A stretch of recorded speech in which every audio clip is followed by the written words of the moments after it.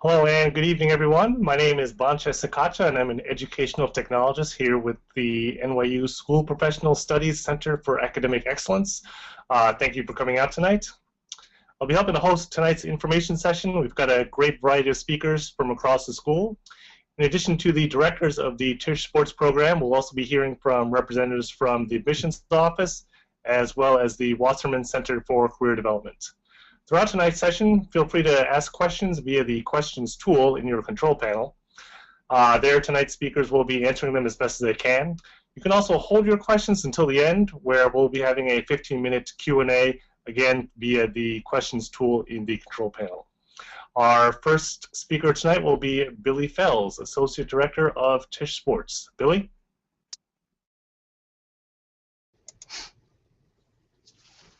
Hello, and thank you for joining us tonight to learn more about the Tisch Institute for Sports Management, Media, and Business as you explore your options in our master's degree program.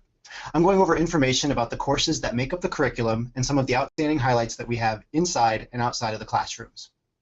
Before talking about the classes, let me talk to you about the people that make up the Tisch Institute.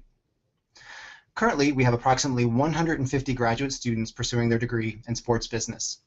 Out of those 150 students, 27% of them come from international locations. And when we think about gender, 33% of our students in the graduate program are female. As you are joining a program of 150 students, we can guarantee that your class sizes will range anywhere from 8 to 35 students. Now that you know a little bit about the student population, let me talk to you about the faculty. The Tisch Institute has 7 full-time faculty members that you will be interacting with both inside and outside the classroom. Not only will you be learning from them, but they will also be serving as one of your advisors. You will have conversations with them about which of the classes best align with your career goals, whether or not an internship opportunity is right for your study, and if you should pursue some of our study away options. One of the great things about the Tisch Institute is that we are located in the center of New York City, which is considered one of the sports capitals of the world. New York City has a total of 9 teams in the NFL, NBA, NHL, and MLB. And each of those leagues' headquarters is located right here in New York City. The New York City Football Club will be playing in the MLS season for 2015 for the very first time. New York City hosts the US Open, the New York City Marathon, and most recently, the 2014 Super Bowl. The list goes on and on. Being so connected to the city and the industry, the Tisch Institute has access to some of the greatest minds in the field to serve on our adjunct faculty. Presently, our students are learning from a former Senior Vice President of Business Affairs from the NFL Media Group, the Vice President of Group Sales of Madison Square Garden, and a Managing Editor of Sports Illustrated and New York Times best-selling author, just to name a few of what our adjuncts are. As a student in our classes, we will take the learning outside of the classroom as well. On average, you will have 3 site visits per class, and in the past, these have ranged from Yankee Stadium, Madison Square Garden, to the Barclays Center out in Brooklyn. In the summer, you will have the opportunity to take up to 6 credits at an international location. For summer 2015, our students can choose from taking classes in Berlin, Prague, or Athens. Now that we've talked a little bit about the highlights of the Tisch Institute, let's look at some of the classes in the curriculum.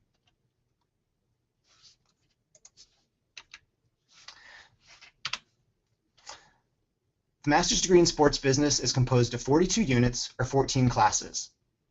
If you go full-time, you can complete the degree in 2 years. Our classes are broken up into 3 categories: the general core, the concentration, and the capstone. Let's look at each of those components and the classes that make them up. The general core is designed to build your foundational knowledge in the field. You will learn how experts in the sports industry take general business concepts and apply and immerse them into the world of sports. In your first semester, you may be taking applied research, financial analysis, planning and developing of major sporting events, and legal issues. The entire list of 7 classes that make up the general core are there on the slide in front of you. As you complete the general core, you will then start exploring classes in the concentration. The concentration is a group of classes that are specific on a very general topic. This is going to be what you're considered an expert in upon graduating. We offer 4 concentrations, and let's look at each of those individually. The first 2 concentrations that we'll look at is global sports media and sports law. Each concentration is broken up into a total of 5 classes, 3 required, and then 2 electives. The other 2 concentrations that we have are professional and collegiate sports, sports marketing, and sales. And again, the format is very similar, 3 required courses, 2 electives. The great thing about our electives is it offers you a lot of flexibility. Students can pursue an internship to count as one of their electives. They can also take any of the other classes in the sports business degree to count as one of their electives. The final component that we look at is the capstone. Many master's degree programs require you to write a thesis. In lieu of doing a thesis, we have designed 2 classes that you'll take in your final semester, Consulting Strategies and Advanced Research Seminar. Our academic chair, Wayne McDonald, will talk to you more about our capstone courses. Thank you very much, Billy. Our 2 capstone courses are very exciting for anyone that wants to study in the business of sports. Let me start off with our Advanced Research Seminar course first. The key things that we would like to talk about in the Advanced Research Seminar course is the key aspect of applied research methods and theoretical knowledge being put together that students can produce a deliverable. And the deliverable that we have produced with our students in the past recent years are projects ranging from studying all the collective bargaining agreements across the 4 major sports in the United States. College athletes, should they be paid? Shouldn't they be paid? Or the economic impacts of the Super Bowl. So our students will work in group projects. They will take advanced research seminar principles and apply them to theoretical knowledge and then create this wonderful research project at the conclusion of the semester. The capstone course, the second capstone course, is our consulting strategies. This is where the real life world comes with the classroom, and it's a beautiful experience for our students. Not only do the students work directly with a client, they produce a deliverable, they communicate with the client, and they're working with some prominent people within the business of sports. We are very fortunate here at the Tisch Sports Institute to have a professional working relationship with the U.S. Conference of Mayors. So if there is any mayor across the United States that wants to do a sports-related project, they come to us. And let me give you a few examples of the types of projects that we are talking about here at the Tisch Sports Institute.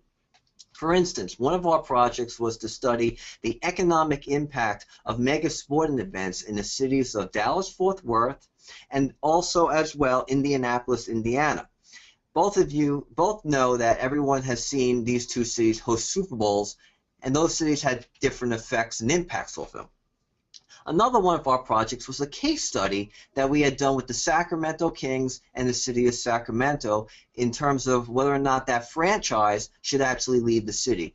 Our students interacted directly with Mayor Kevin Johnson, who is also a former NBA superstar with the Phoenix Suns. Another project that really got a lot of traction within the industry and with the U.S. Conference of Mayors applies directly to the lease agreements for National Hockey League and National Basketball Association franchises that our students put together. So if a franchise or a city was interested in getting this information, we were the ones that provided it to the U.S. Conference of Mayors. And last but not least, a very interesting project our students have also been working on is gathering all the U.S. cities and giving them information to Brazil to help them in their preparation for the Olympics. So this is just a small sample of the type of research projects and initiatives that our capstone courses provide on a semester-by-semester basis. Thank you, and I'll turn it over to Billy once again.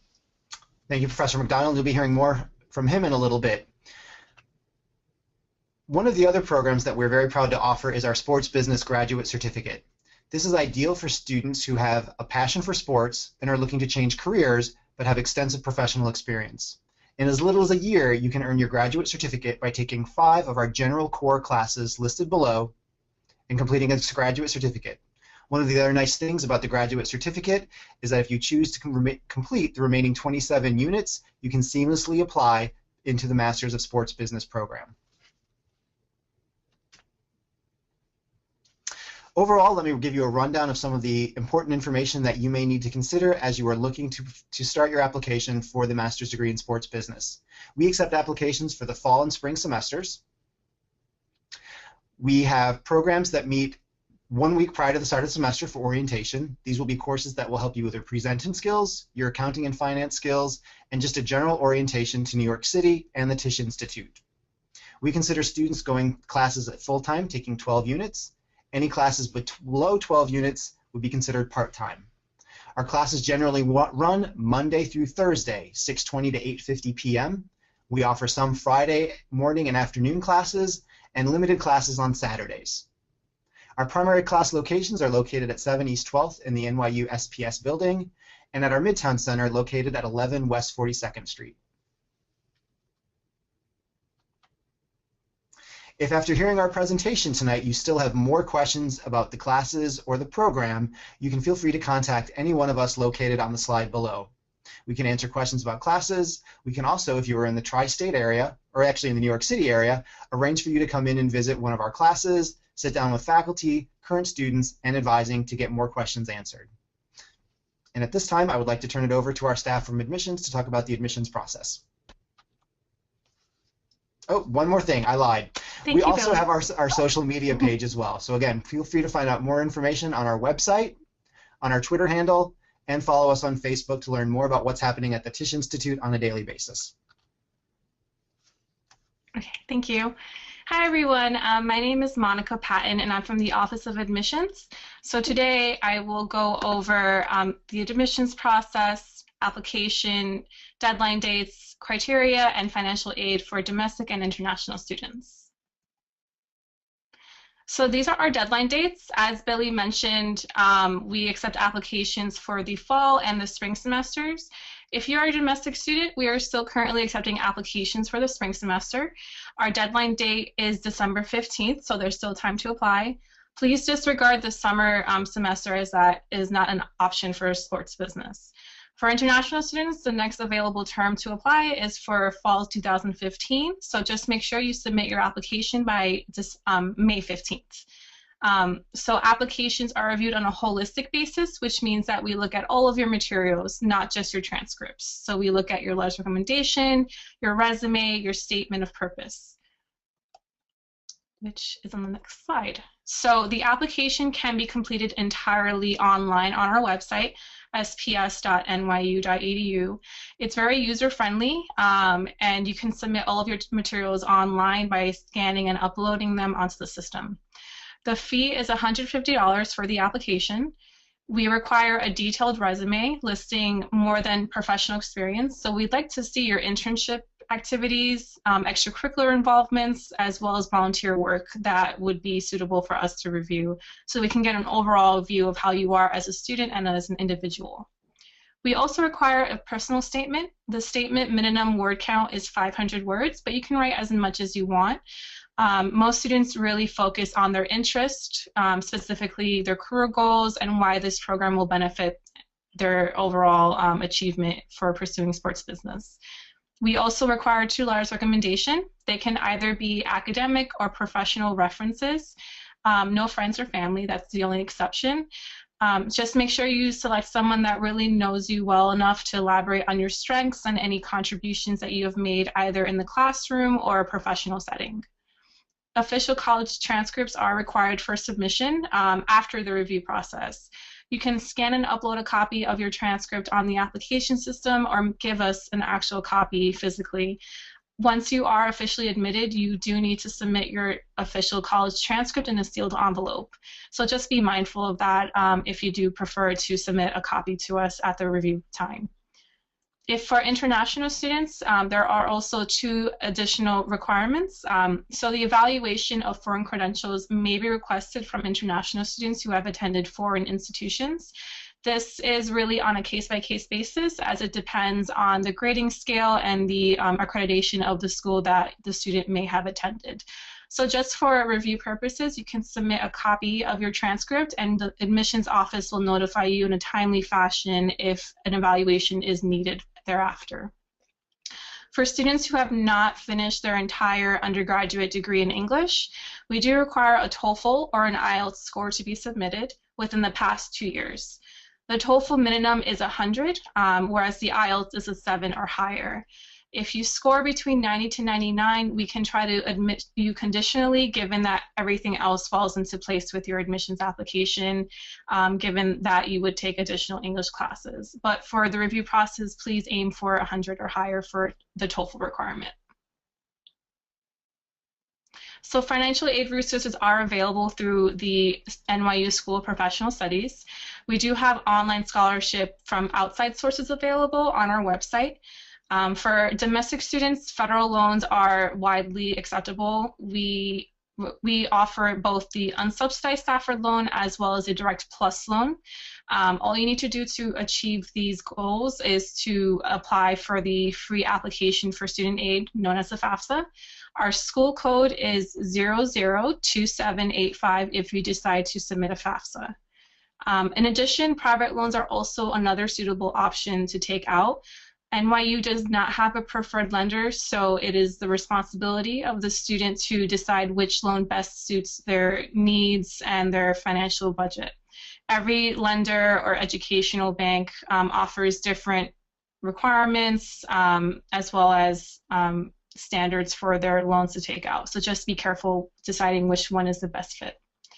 NYU also offers additional scholarships for studies. So we have the NYU SPS grant, which you can earn up to $4,000 per year. And academic departments also offer merit-based scholarships for new and continuing students. So be mindful of that as well. Some students tend to earn more scholarships as they do well in their studies after their first semester or so. So for international students, financial aid resources are limited, but they are still available. These are the examples of where a lot of our international student population have been able to earn funding from. So for instance, we have findaid.org, the Foundation Center, Peterson's Education Center, and the U.S. Department of State Educations. So please also go to our website. We have website links for all of these programs so that you can reach out to you. In addition, NYU also offers payment plans. If you are able to pay for a sum, portion, or your entire education upfront, we offer the tuition payment plan, which allows you to pay in monthly installments, interest-free. We also offer the deferred payment plan, which you would have to be registered for at least 6 credits for, which is half-time status. And in this method, you can defer payment of up to half of your bill at a later date, usually towards the halfway part of the semester.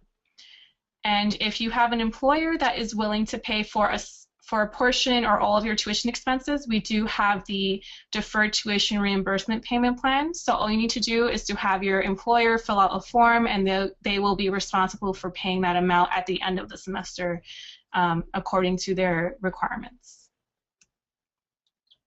So this is our information. If you have any questions regarding the admissions process, applications, things like that, you may contact us or email us at any time. We're open Monday through Fridays.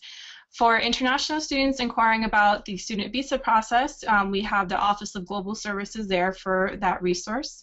And for financial aid opportunities such as scholarships and loans, you can contact our financial aid departments. And thank you so much for joining us. Thank you very much, Monica. Next up, we have Garvin Reed, Assistant Director of the Wasserman Center for Career Development. Garvin. All right, thank you, Mancha. Good evening. My name is Garvin Reed, and I'm the Assistant Director for Career Development at the Wasserman Center for Career Development at the School of Professional Studies. There we go. So the Wasserman Center for Career Development at the School of Professional Studies is committed to providing innovative, customized career development programs and services from day one that prepare our students to compete in the global economy. We strive to offer limitless opportunities in collaboration with the school's communities and shareholders. It's said that when you partner with us, the opportunities are limitless. As such, our partnership begins with day one. So it begins the day that you register. So with that said, once you become a student, what the Wasserman Center provides is different from any other organization or department at New York University. Career coaches at the Wasserman Center provide professional, customized, and individualized career guidance that supports you throughout your career and your career exploration. How do we do that? We do that through understanding yourself and the world of work, help you support in making your career-related choices. We help you to assess your values and your interests. We have both the MBTI and a strong interest personality test that you can take, but you can also take, and then we help you to evaluate where does that help to fit in your career and your interest path. We also help you with support in finding and applying for career-related opportunities. So with that said, the Wasserman Center is not a placement office. We simply provide you with all of the resources needed to advance in your career. With those opportunities would be internships, part-time jobs, full-time jobs, grad school, or even fellowships. And of course, during your one-on-one coaching sessions with us, we help you with resumes, cover letters, interview prep, and other professionalism related areas. So as I said earlier, the partnership does begin on day one. And some of our services and resources. Once you become a student at the Wasserman Center for Career Development, we can help you with one-on-one career coaching. We have an office here, well, it's 7 East 12th Street, which is located in our main building. We also do coaching at our other buildings through SPS, which are located in Lower Manhattan, and the Midtown Center, which is right across from Bryant Park, if you are familiar with New York City. Our appointments are 30-minute sessions where we do career and self-assessments. We also have walk-in hours, so if you do not have time to make an appointment, and let's say you have an interview coming up, or you have a phone interview, or just see a job that really speaks to you that you want to apply for, you can always come into one of our walk-in sessions, and that's where you can get quick, about 10 to 15-minute resume help, cover letter help, or just like a quick walkthrough on what to expect to be asked during that interview. We have a NYU Professional Mentor Network. So as a student of NYU, you have access to this mentor network. It's roughly 900 plus professionals that have agreed to volunteer their time to offer insight and advice to our students. So once you become a student, and if you want to be part of this network and have access to it, you can do that through our office as well. Along with these services, we offer industry-specific events and career-related workshops. For example, on the 30th, we have a career fair for the hospitality and sports industry, where prior to that, we have sessions where you can prep for that career fair. In addition to the smaller career fairs, we have one large career fair every semester, where we see upwards of probably 200 plus employers and 2,000 plus students. So what we do is we prep you so that by the time the career fair comes up, you are prepped and ready to go for that fair. Here's also a list of the smaller fairs that we have throughout the semester that have to do with different industries that may or may not relate to you. So once again, at the Wasserman Center for Career Development, we look forward to welcoming you with open arms, and we will basically be the coaches to help you to achieve your career goals. Thank you and have a wonderful evening. Pass it back to Devoncha. Thanks a lot, Garvin. And for some final words and details about the program, here again is Wayne McDonald, Academic Chair. Thank you, Boncha. One of our pet projects here at the Tisch Sports Institute is Sports and Society. We are very proud of this initiative. It was started by our Associate Dean and Chairman, Arthur R. Miller. And the best way we like to describe Sports and Society is a think tank when it comes to the business of sports. Instead of just going the traditional academic route that we talked about a few moments ago with regard to the advanced research seminar course and the consulting strategies, what Sports and Society does, it goes after the big issues in the business of sports. To give you a small sample are the types of things we have worked on as a group within Sports and Society.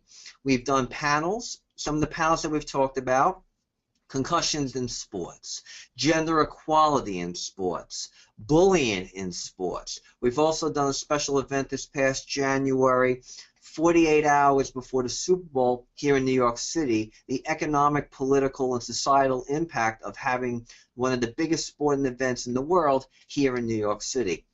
We've been very blessed with Sports and Society because we have gotten on the radar of many key and prominent people. And on the PowerPoint slide that you see right in front of you, it's just a small sample of who we are with Sports and Society. This past May, Harry Carson, who sits on our advisory board for Sports and Society, approached us and said he wanted to do a panel series called Life of the World-Class Athlete. And our first panel in Life of the World-Class Athlete focused on New York Giant legends. And as you can see by the PowerPoint slide, we were able to get Michael Strahan, Victor Cruz, and Harry Carson. And our Associate Dean and Chairman, Arthur R. Miller, sat down with them for 90 minutes to talk about what it means to be a leader, what it means to be a captain, and what it's like to play in the NFL at such a high and elite level. We've had also events where we've attacked issues in college athletics. Instead of just going after the compensation issue with collegiate athletes, we ran after the key issue. Who's really in charge of college sports? Is it the athletes? Is it the NCAA? Who really is it? So Sports and Society is this glorious unit that we have within the Tisch Sports Institute that allows us to challenge the key issues within Sports and Society today, not only on a national level, but on a global level. In a couple of weeks, Sports and Society will be heading to Abu Dhabi to host its first ever sports conference in the United Arab Emirates. And we are so excited by this new opportunity to get into a new part of the world to talk about the importance of sports and society. Another great thing that we have here at the Tisch Sports Institute is we have distinguished lecture series. The first one I will talk about is the Cal Ramsey Distinguished Lecture Series in Sports Management. Named after the NYU basketball legend, Cal Ramsey, each year we bring in some of the most thoughtful and gifted sports executives and leaders in the world today to address our students on a wide array of issues. To give you a small sample of the type of people that we attract to have these wonderful conversations and debates with our students, some of the names are former NBA Commissioner David Stern, former MLB Commissioner Fay Vincent, the former Executive Director of the Major League Baseball Players Association, Michael Weiner, ESPN's own Mike Greenberg from the Mike and Mike radio program, Donna Lopiano, the president of Women's Sports Foundation at one point in her career, and a pioneer in the Title IX movement within collegiate athletics. And we've also had people, television executives, all along those lines, and it's been a wonderful experience for all of our students. The next lecture series is the Arthur Miller Public Dialogues. Now, our Associate Dean and Chairman grew a reputation for his 20-plus years of working at Good Morning America as a legal correspondent and working on PBS, hosting these Fred-friendly seminar panels. So with the Arthur Miller Public Dialogues, we will get anywhere between 10 to a dozen of the best people in the sports industry on a particular topic, and Professor Miller will go after them and hit them on key issues. Now, one in particular that was a real big success for us was performance-enhancing substances and its impact on the business of sports. So these are lectures that we run every year for our students. We average anywhere between 300 to 500 students attending these events, standing room only capacity, and these are some of the greatest and best minds within the business of sports. One of the questions that I saw pop up a little bit earlier here in our chat this evening was with regard to job placement, where our students are going, and where are they working. Well, we are extremely fortunate here in the Tisch Sports Institute because our students do extremely well for themselves, not only post-graduation, but also during the program through internship opportunities, networking, and volunteer experiences. So the 9 positions that you see up on the PowerPoint slide right now are just a small sample of the types of jobs that our students are getting in the industry and how they're contributing immediately in the industry. 2 I want to point out in particular because I think they're very noteworthy on a variety of different levels. 1, the basketball operations position within the NBA. The student the alum, who's actually working now at the NBA, received that job opportunity as a way, basically, coming to one of our Sports and Society events and networking with a prominent NBA executive And that MBA executive remembered that individual and wound up hiring that individual upon graduation. This individual is actually one of the right-hand people to the head of the basketball operations department for the NBA. The other one I want to bring your attention to is the coordinator of basketball analytics. As we all are aware, analytics is the big buzzword in the business of sports today. So for our students to be able to get positions like this in the major professional sports is huge. But what makes this job opportunity even more unique is because it's with the San Antonio Spurs, which is without question the preeminent NBA franchise and defending world champion. So our students are not only getting extraordinary jobs at Madison Square Garden, ESPN, Major League Soccer, and the NBA, they're getting them directly across the industry in so many different and wonderful ways.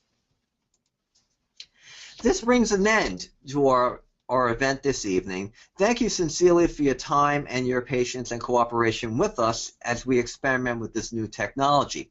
We're open to questions for everyone there, and if you have anything that we can help you with, we'll be more than happy to do that. Thank you, and we look forward to answering your questions in the coming moments. Thank you very much, Professor McDonald. Yeah, lots of great activity in the questions panel. I'm going to just see who's coming in, and we'll help them get answered. Got a question about the application process. Question about an academic referral. Looks like a student has not been in the system for a while. Monica, would you be able to help the student out? Referrals. Hi. So regarding, someone wrote, who should I talk to about the application process? Many of the things requested might be hard to find, like an academic referral.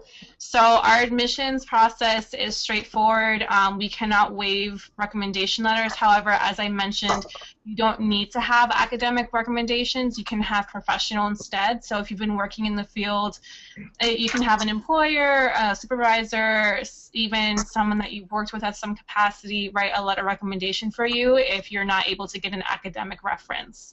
So that's another suitable alternative for that. If you have any questions, as that was previously mentioned, you can also contact our admissions department if you have anything specific or personal that you wouldn't want to write on the actual questions box. But yeah, everything is listed on our website. If you have anything else, then just email us, okay? Thank you.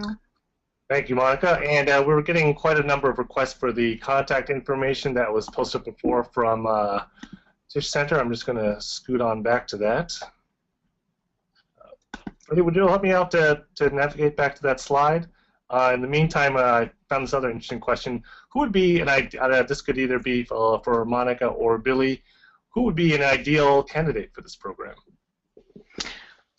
So what we're looking for admissions purposes is our minimum GPA is a 3.0 out of a 4.0 for this program.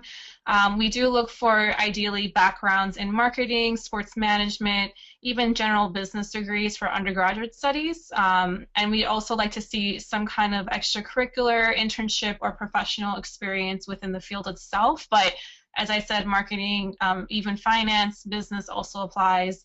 If you don't have a degree in sports management, it's not an issue. We look for transferable skills in all other different arenas. Also, I did not mention this before, but we do not require GRE or GMATs to be submitted. It is completely optional to report. Just keep in mind the admissions committee may request one if they feel it's needed to further show academic potential. So for this program, we do look at quantitative math classes. If you decide to take the GRE or GMAT and you want to report it, our GRE requirement is a 310 or higher, and the GMAT is a 550 or higher. We don't prefer one over the other. It's up to your discretion if you'd like to submit one or not. And if you don't report one, it won't be held negatively against your application. So that's pretty much it. Let's see what other questions. Great, thanks. While I have you, this could be either for you or Billy. We've got a question. Do we need any experience in the sports sector before enrolling in the MS courses? So as I said, you don't need to have specific experience within sports business or sports management. We do look for transferable skills. Obviously, you should have at least maybe 1 or 2 years of some kind of internship involvement. I guess, Billy, would you like to mention any specific examples of successful students that have Well, I would say one of the things about not having industry-related experience is this program is ideal for people who are looking to change careers. And as we talked about in the electives, you are able to do an internship. So again, with the help of the Wasserman support, we can connect you with potentially one. You may also do a second internship in your second year if you would like to. So if you don't have that industry experience, you can complete up to 2 internships in the program that you would be able to put on your resume. And one of the great things about the program, as we talked about before, is your adjunct faculty are professionals in the industry. So as they are teaching the classes and they are seeing you interact, they may say, oh, this is a person that I want to join my staff via an internship or once they graduate. So again, it's all about being in the classrooms and kind of putting your best foot forward because you have so much exposure to the industry through guest speakers, adjuncts, and site visits that you will start being able to make those connections to make those internships and that professional experience happen.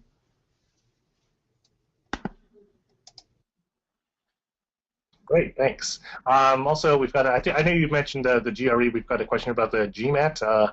We have a student here took it when they applied for their master's in '08. If requested, would they need to retake the GMAT, or do they use those old scores?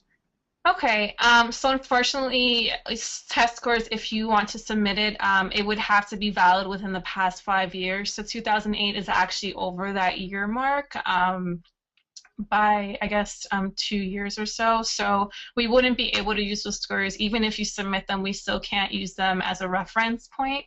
But again, you can just submit what you have completed thus far. If you also already have finished or took some master's curriculum in the past, we also like to see that as well because that can really show us how your ability to handle graduate curriculum would translate into our program. So you can do either option, maybe take the GMAT again if you'd like to. If not, that's fine. Great, and I'm going to keep on keeping you busy here. How many applicants do you get per semester? That really depends on the semester. Usually the fall is the heaviest amount. I don't review, unfortunately, for sports business, so I wouldn't know specifically the actual amount. But in general, I know fall is our heaviest season, as that's the case for students who apply traditionally. Spring's the second heaviest term. But, you know, students, if you have any questions about the enrollments, you know, how many people apply, definitely email us, and I can be able to provide that information at a later time. Great, thanks. I think this one is a bit more for Professor McDonald and Billy Fells. Are there any grad assistant positions? At the present moment, we don't have graduate assistant positions here within the Tisch Sports Institute. What we have really are student worker opportunities in our newly formed institute, but I do recommend that there are graduate assistant positions across the university in various departments. Athletic department traditionally has opportunities, but right now at the present moment we do not offer graduate assistant positions to Tisch Sports Institute students. Thanks. So many questions here. Okay. Let's see here. I'm trying to get the most, something that I think most people will be interested in. We've got, I think we've commented on a professional experience already. Someone asked, would a law degree help? So maybe you can one of our presenters talk about, say, you know, career changers in joining the Tisch Sports program. We've been very blessed, I think, here in the Tisch Sports Institute because we have a good portion of our students come with JDs. And I find it to be very beneficial to students because when you start to delve into the key issues. For instance, if we're going to talk about collective bargaining agreements, contracts and negotiations, antitrust matters, which are huge aspects within the business of sports, I find students having a law degree, it's very beneficial. I think it's a very attractive thing that I look at when prospective students will come in and visit my classroom or just meet with me because I think it adds to the overall value and to the classroom experience and also to the depth and breadth of conversations that you can have with colleagues and classmates.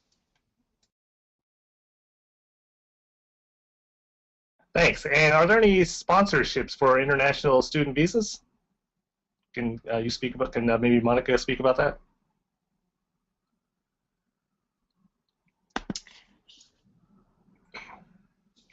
So for student visas, we do offer that for students. We actually have the Office of Global Services that assists with that entire process. So it's only valid for the time of duration while you're studying here in the U.S. through our program. So as soon as you're admitted, you're given information about that, how to apply, as well as getting one-on-one assistance through our office. So you would be on an F1 visa. Afterwards, the visa doesn't last for, I guess, if you're trying to, apply for jobs in the site, they would actually have to sponsor you through a work visa. So that's an entirely different process. But we do offer student visas for international students. Great, thanks. Here's something for our Tisch representatives tonight. Can you talk about where most students live while in the program?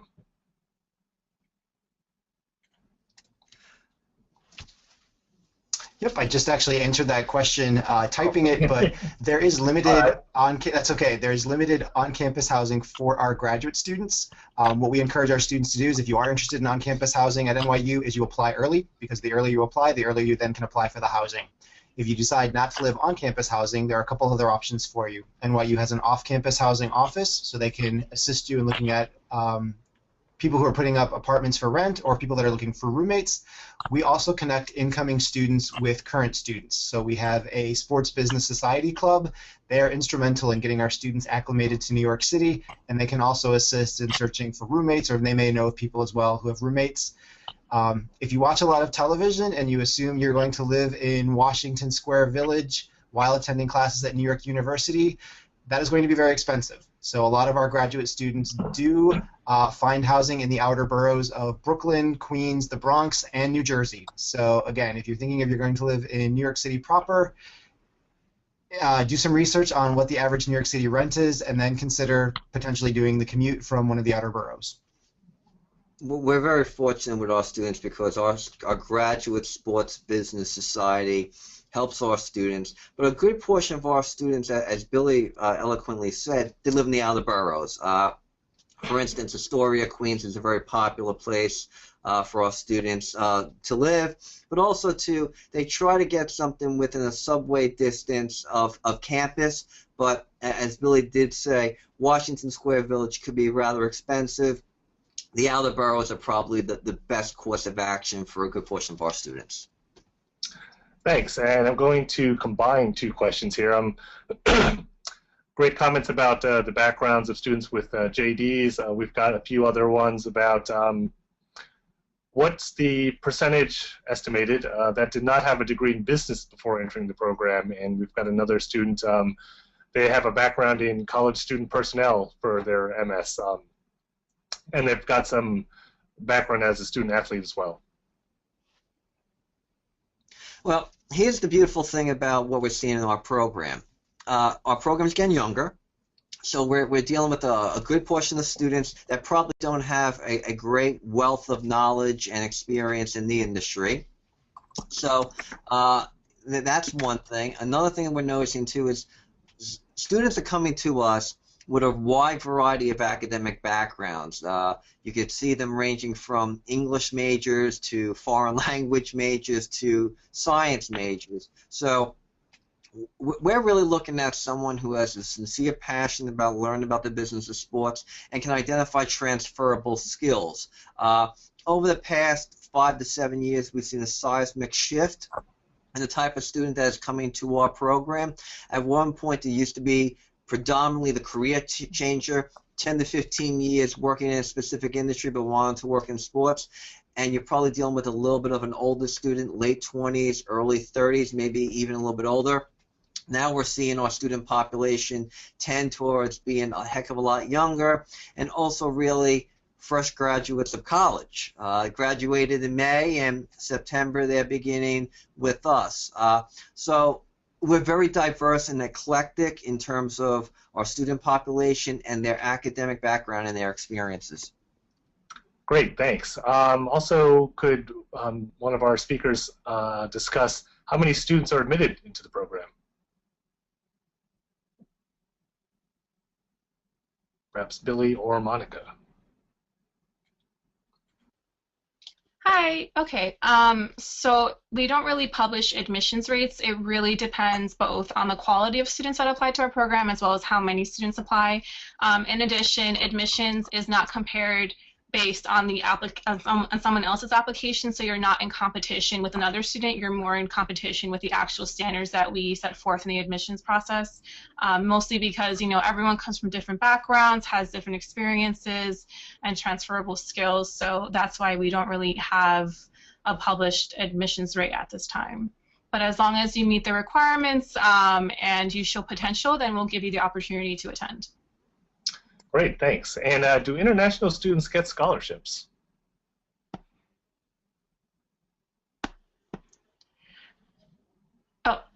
So for international students, funding is limited, but I think it was on one of the slides. Usually for internal scholarships, it's mainly for domestic students who show academic potential based on the FAFSA. But for international students, we have those outside links for companies that are willing to sponsor students with scholarships or grants to pay for their education. And can international students, or do many international students, get sponsorship for a work visa from companies after graduation? I'm not sure about that. Maybe Billy or someone else could elaborate.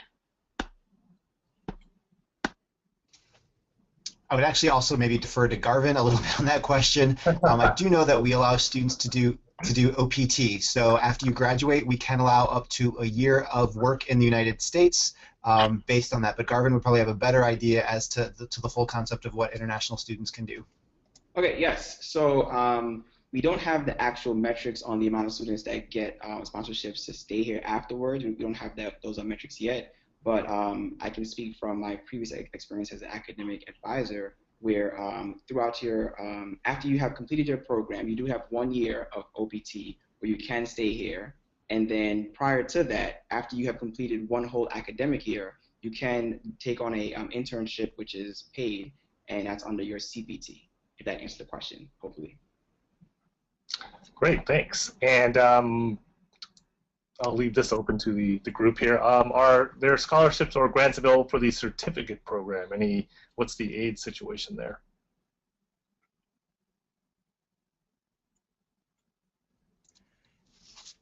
It's limited.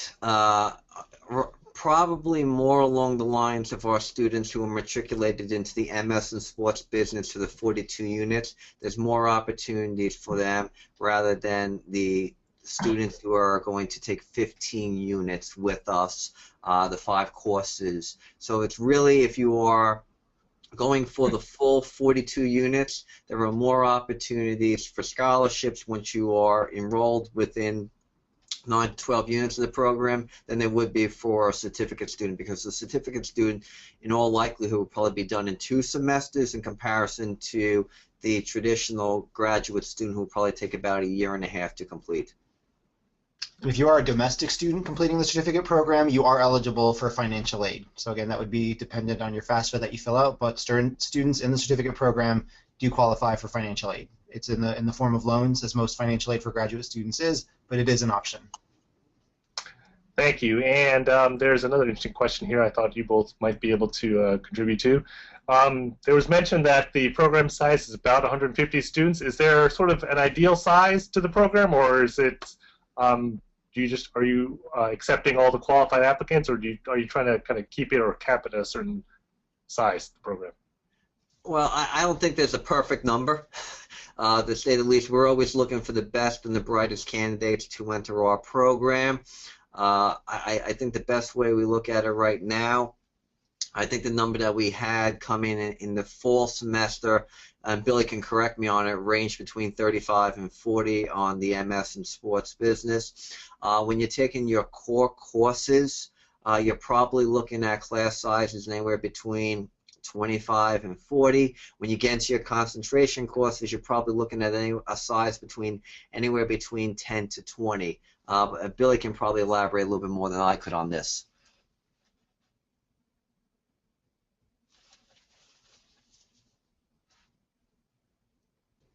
Billy's going to need a few minutes to look up that information, so let's get back. I'm literally looking that up right now, what our incoming class was. So give me a few minutes, and Thanks, Billy. we'll get that. Great. Interesting international student question, perhaps for Garvin at Wasserman. For international students, do you have some information on the percent of the graduates in the MS Sports that got a job in the U.S.? International students getting jobs in the U.S. That is a good question that I do not have. Very, very data specific. I know. Sorry about that, Yeah. sir.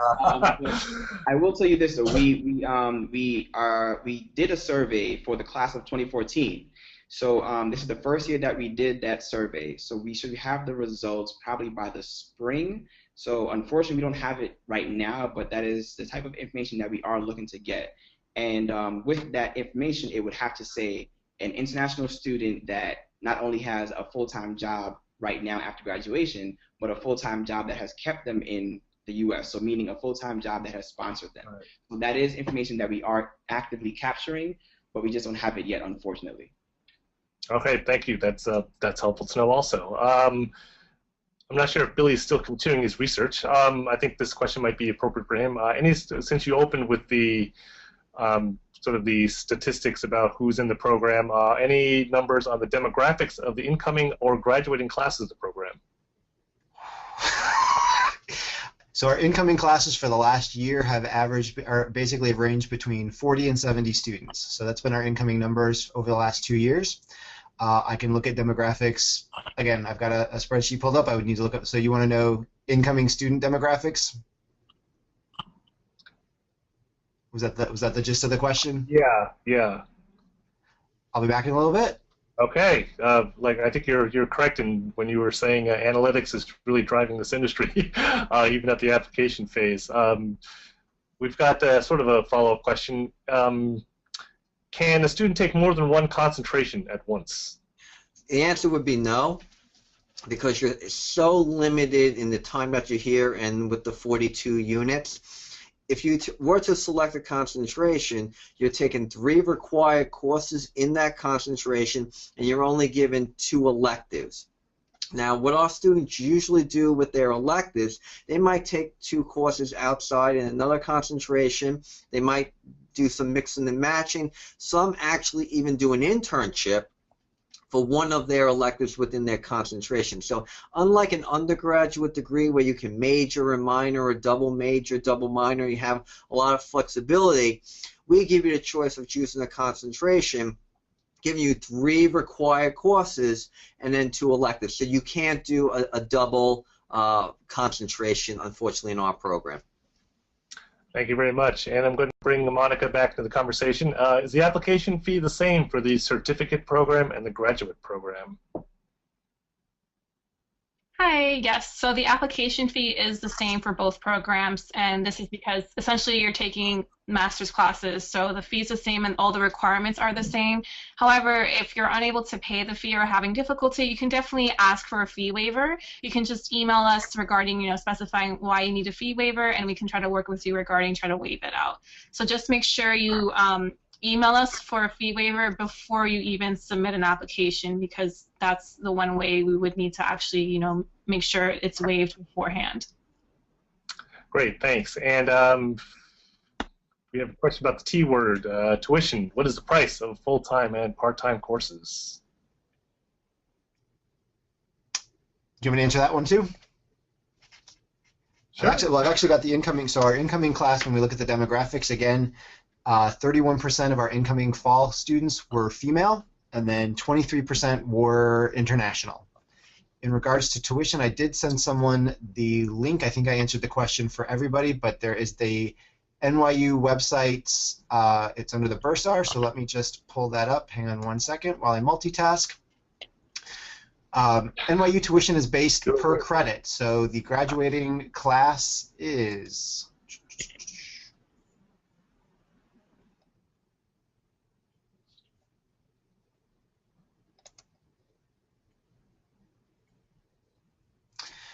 if you are doing classes full-time, 10 to 12 units, it is a cost of $17,008. Or if you're doing it part-time, your credits would be roughly $1,700 per credit, and that's also in addition to about $461 in fees, actually about $520 in fees. So roughly $1,700 per credit, with $520 registration and university fees. Great. While you have all those facts and figures up, we've got another question. What percentage of students have job offers after graduation? I'm going to refer that one to Garvin. I know they have started tracking that. Okay. Our previous dean, who was at the institution, he had a story that he would tell at all of our recruitment events that at the end of graduation, about a month out, he would send all of the students an email congratulating them and then offering them the opportunity that if they did not have a job that they were either happy with or they just did not have a job, that they should email him and that they would put the resources of the Tisch Center and Institute at their disposal. And in the 3 years that he did that, he had about 4 students send him an email. So that's something anecdotal that you can look at, but I don't know if Garvin has more concrete facts to supply that story. Yep. So, well, unfortunately, I don't have the concrete facts to support the story, but I can tell you that we pretty much do the same thing at the Wasserman Center. Even as a alumni, you still have access to our resources after you are up to 1 year out after graduation. You have access to our career fairs, to coaching sessions, to our webinars, our panels, pretty much everything. Also, our NYU CareerNet, which is a proprietary system only for NYU students and alumni, where we have right now about 8,739 jobs listed for NYU students only. And then after you are more than 1 year out, you still have access to the NYU CareerNet, and you have access to come in to speak with one of us for your 30-minute sessions. So it's still cheaper than going to a outside coach. That's still part of your tuition dollars that works for a lifetime. So that's a pretty good deal there. Great. And speaking of this sort of information, are there any plans to publish the placements in the future? Not name and employer, obviously, just any kind of data, that number you said you guys were doing research on. Yes, definitely. Like we have it right now for the undergrad of the other colleges. If you were to Google, I think it's NYU Life After the Square, then the first thing that would pop up is that actual data set.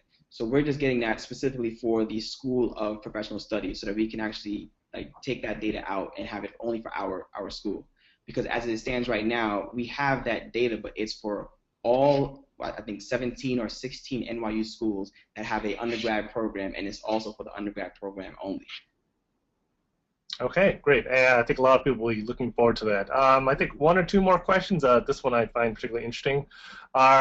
Does the Tisch Institute work with sports teams in Europe? Or can anyone speak to that effect? We've got a lot of international students here, and you know.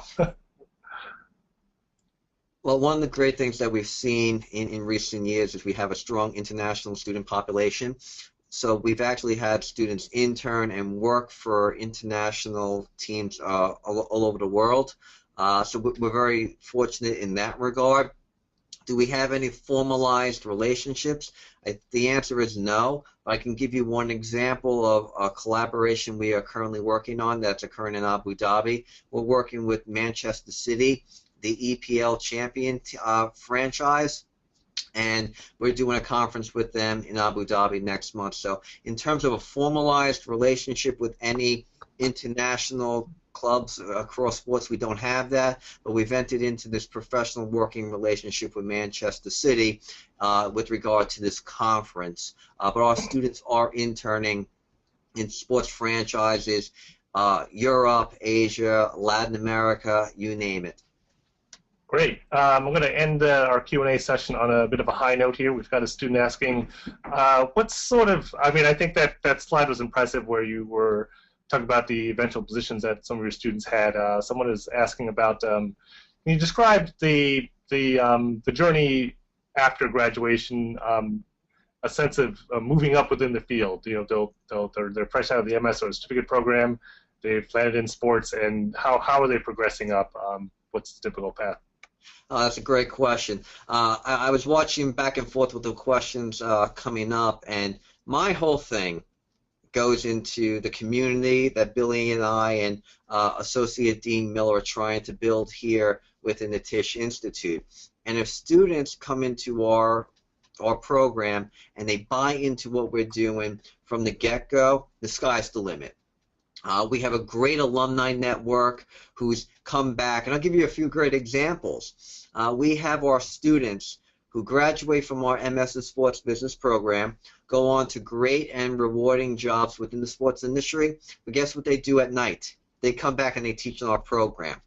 So I think the Tisch Sports Institute has become the gift that keeps on giving in a lot of different ways, because the students feel a strong connection to us. They feel a strong connection to SPS, and they're doing wonderful things in the industry by not only coming back being adjunct faculty, but by bringing the industry back into the classroom for us. So I'm very proud of our graduates. They're doing amazing things in the industry, and they're really carrying our brand forward, not only here in the United States, but across the globe. Great, thank you. I think that's really encouraging and inspiring that your students really going to be in the sports management community once they complete these programs. Sky's the limit. That's great.